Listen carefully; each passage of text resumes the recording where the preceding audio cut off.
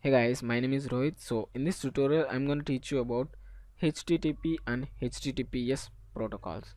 HTTP, Hypertext Transfer Protocol, is a set of rules for transferring files like text, graphics, images, sound, video files and other multimedia files on the World Wide Web. As soon as a web user opens their web browser, the user is indirectly making use of HTTP.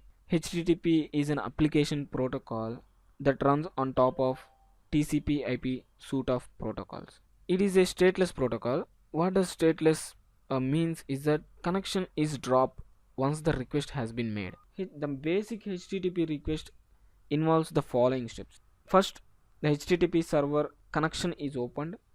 A request is sent to the server. Some processing is done by the server on that based on that request.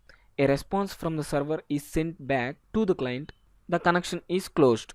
So that is the basic HTTP request processing method. Here HTTPS is the secure version of HTTP. Let me just show you an example in real world. When you go to this website, the Facebook, here the Facebook is using HTTPS. So whenever you enter your username or password, the username or password will be converted into a ciphertext. That means it is encrypted into some form, some unreadable form. That is the use of HTTPS.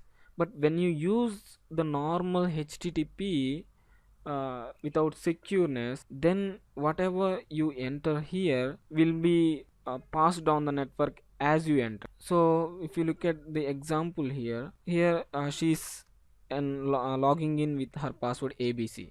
This is normal HTTP. When a hacker hacks this network, he can able to see this ABC123. But when the website is using HTTPS, then when a hacker hacks, he will see something like this, some blah blah blah text. So that is the use of HTTP. Yes, so that's pretty much it from the HTTP and HTTPS protocols. So thank you guys for watching this tutorial, and I'll see you in the next tutorial. Thank you.